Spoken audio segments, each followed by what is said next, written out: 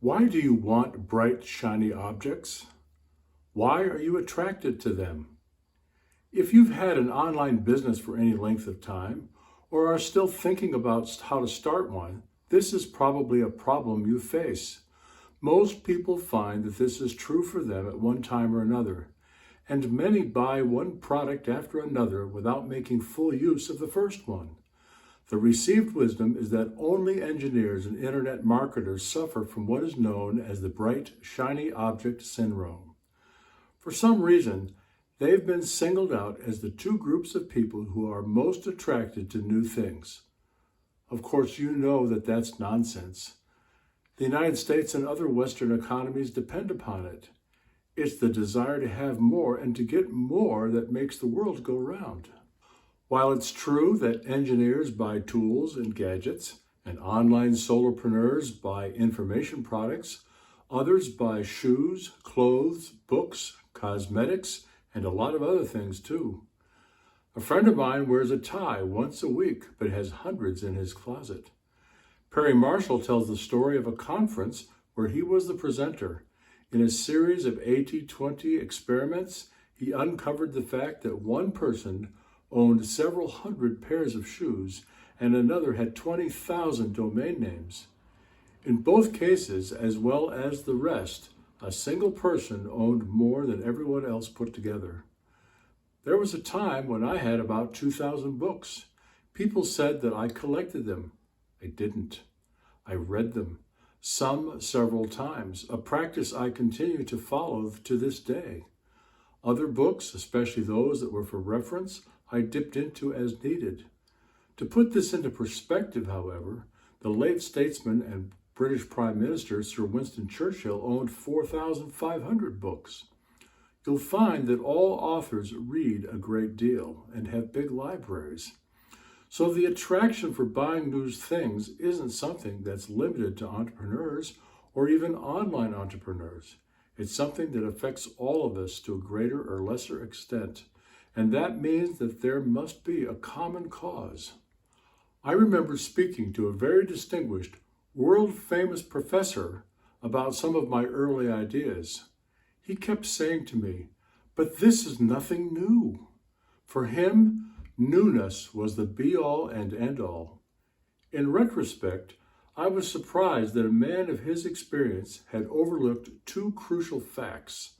The first was that there's nothing new under the sun. If he thought that he'd come up with some new things in his 50-plus year career, then he was deluded. That he had discovered anything and had written about it, even to academic acclaim, meant nothing. And a thorough understanding of the social sciences literature proves that what goes around comes around, albeit with different labels and claims to uniqueness. Old ideas are renamed and reorganized, and then published as something new, and those who ought to know better but don't accept them with open arms, as if something new and great has been discovered. The thing was that he made no mention of the fact that the problem wasn't with the novelty of the ideas, but with their implementation. You see, that's the problem with buying one new shiny thing after another. Unless you use it, unless you put it into practice, what you know or learn from another product won't make any difference. It will change nothing. Why is it that when you see something new, you want it? Why are you attracted to it? What is there about it that pulls you away from whatever it is that you're doing or are supposed to be doing and compels you to own it? Theologians tell us that it's called covetousness. Covetousness is the desire to have what belongs to someone else. It comes from inside of us, from our hearts. But by itself, knowing that you covet something, that you desire something, doesn't help you to control that desire. The fact that you're watching this video suggests that either you or someone you know suffers from the bright, shiny object syndrome, and that you want to learn how to deal with it.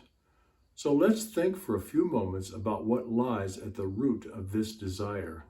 Some desires are good and others aren't. The same desire can trigger favorable or unfavorable behaviors. When you're hungry, then you look for something to eat. If you're not hungry, but you're upset, That can also cause you to look for food, a sugary snack, for instance. Some people smoke when they get nervous. You've seen this happen yourself. Maybe it has happened to you. The thing that lies at the root of desire is need, or a felt need. The actual difference between needs and wants, however, is significant. It takes remarkably little to live when you think about it. The tiny house movement is a perfect illustration, and that's just in the rich Western countries. If you want to understand what real poverty looks like, then you need to visit parts of Africa, for instance. If traveling to places like that doesn't appeal to you, then go for a walk in the slums nearest to you, or drive if it's too dangerous, or visit your local rescue mission. Sometimes you have to see how little others have in order to appreciate what you have. Dissatisfaction, or even ingratitude, lies at the heart of this syndrome. To get your feet back on the ground, you need to give yourself a healthy dose of what it means to have nothing. I wouldn't wish for anyone to lose everything, but if you have or know someone who has, then you also know that it's something you'll never forget. It makes such an impression on you that you're able to focus on making sure that it never happens again.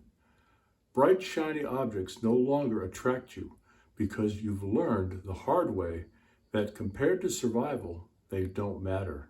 It's odd, but it seems like those who have the most often are the most easily bored. That's a key observation. What's boredom? Fundamentally, it's how you feel when you aren't stimulated by anything. That's why that bright, shiny thing appeals to you. You're bored with what you have. You're bored because you don't realize what it's like to not have anything. And you're bored because the novelty of the last new thing has worn off. It no longer stimulates you. It no longer triggers the feel-good hormone in your brain. This is one way that habits are formed and how they can later become addictions. It takes more and more of whatever constitutes the stimulus to make you feel good. You can be a shopaholic or a bright, shiny thingaholic. If you chronically buy new stuff because it's there, and doing so distracts you from what you ought to be doing, then at the very least, you've formed a bad habit. Now, it's quite possible that once you've done everything with one product, that you do need another, more advanced one to show you the next step.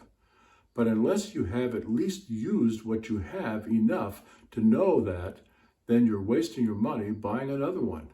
You're buying it out of habit, not need. And so the next time you're attracted to another bright, shiny object, ask yourself how this one will be able to help you.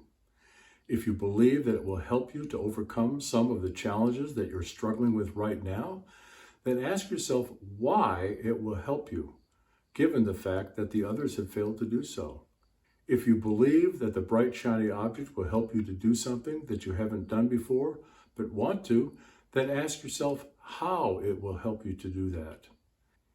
If you believe that you can do what it asks of you, then ask yourself what specifically it will teach you so that it will.